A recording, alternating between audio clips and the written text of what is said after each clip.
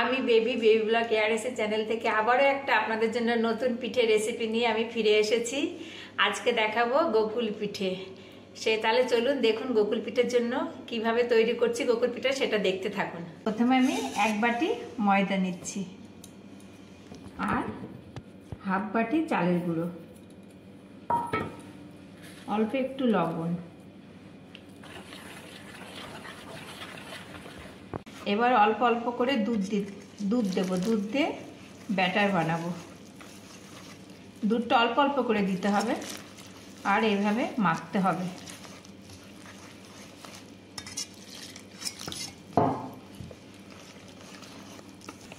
এই দুধ দিয়ে ব্যাটারটা করছি, ব্যাটারটা কিন্তু পাতলা হবে না, বেশ একটা ঘন ব্যাটার তৈরি হবে।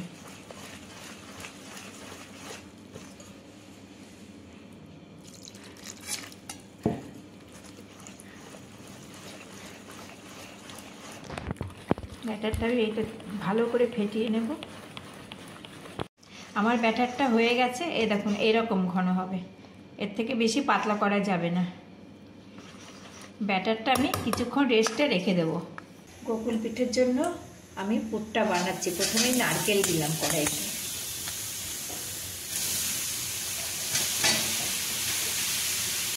এবার খেজুরের গুড় দিচ্ছি আর কিছুটা দুধ দিচ্ছি।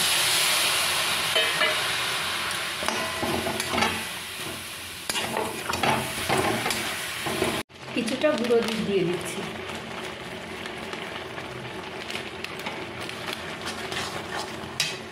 সন্দেশ নিয়েছি, সন্দেশটা কিছুটা দুধ দিয়ে গুলিয়ে আমি পুরের মধ্যে দিয়ে দেব।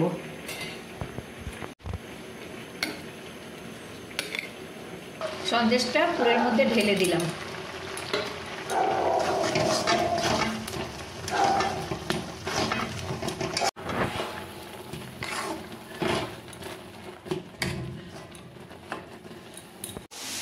পুরটা আমার রেডি হয়ে গেছে, এবার আমি একটা পাত্রে নামিয়ে নেব।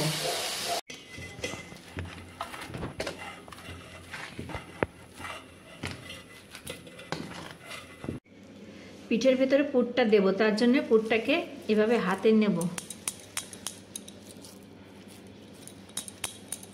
এই যে এইভাবে চ্যাপটা করে নেব সুন্দর করে। গোকুল পিঠের জন্য পুর এইভাবেই চ্যাপটা করে দিতে হয়, কেউ গোল করেও দেয়।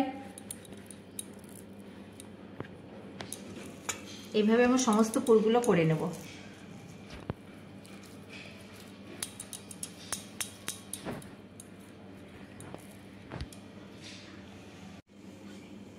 পিঠের সমস্ত পুরগুলো করা হয়ে গেছে, এই দেখুন এইভাবে করেছি আমি। পিঠেগুলো রসে ফেলবো, তার জন্য আমি রসটা করে নিচ্ছি 1 বাটি জল। আমি আজকে চিনি দিয়ে রস করব না, খেজুরের ঝোলা গুড় দিয়ে রসটা করব। এই ঝোলা গুড় দিয়ে দিলাম কিছুটা।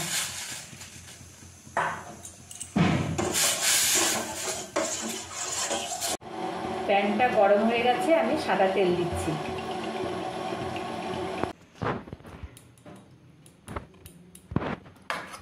তেলটা গরম হয়ে গেছে, পিঠেগুলো ছেড়ে দিচ্ছি। এই যে এইভাবে নেবেন, ব্যাটারটা ভালো করে মাখিয়ে নেবেন পুরটাতে, দিয়ে এক্সট্রা ব্যাটারগুলো এভাবে ফেলে দিয়ে এই যে এইভাবে দেবেন। আমি সমস্ত পিঠেগুলো উল্টে নিচ্ছি। পিঠেগুলো কত সুন্দর ফুলেছে।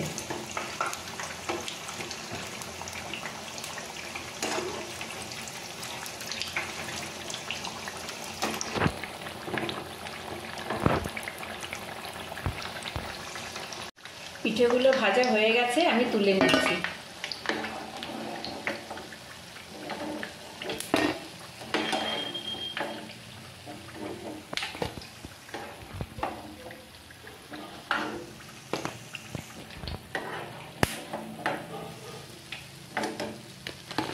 আমার সমস্ত পিঠেগুলো ভাজা হয়ে গেছে, এবার আমি গুড়ের রস করেছিলাম চুবিয়ে দিচ্ছি গুড়ের রসে।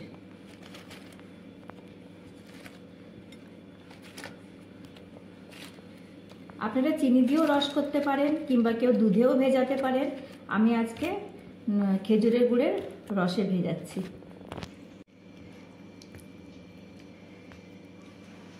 পিঠেগুলো আমি রসে ভিজিয়ে 10 মিনিট পরে তুলে নেব। 10 মিনিট পরে আমি পিঠেগুলো তুলে নিচ্ছি, ভিজিয়ে রেখেছিলাম। কত সুন্দর রস ঢুকে নরম হয়ে গেছে পিঠেগুলো একদম। সমস্ত পিঠেগুলো আমি প্লেটে তুলে নেব।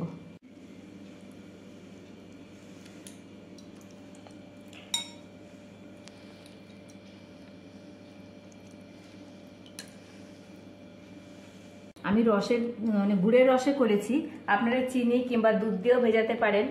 আমার এই রেসিপিটা যদি আপনাদের ভালো লাগে অবশ্যই কিন্তু কমেন্ট করে জানাবেন, আর সাবস্ক্রাইব করবেন, লাইক অন্তত করবেন, শেয়ারও করবেন। আর সামনে কিন্তু পৌষ সংক্রান্তি, অবশ্যই এইভাবে করে খাবেন। দেখুন আমি একটা কাটছি, কেমন সফট হয়েছে, আর ভেতরে পুরো রস ভর্তি হয়ে গেছে। দেখুন দেখুন কত সুন্দর রস।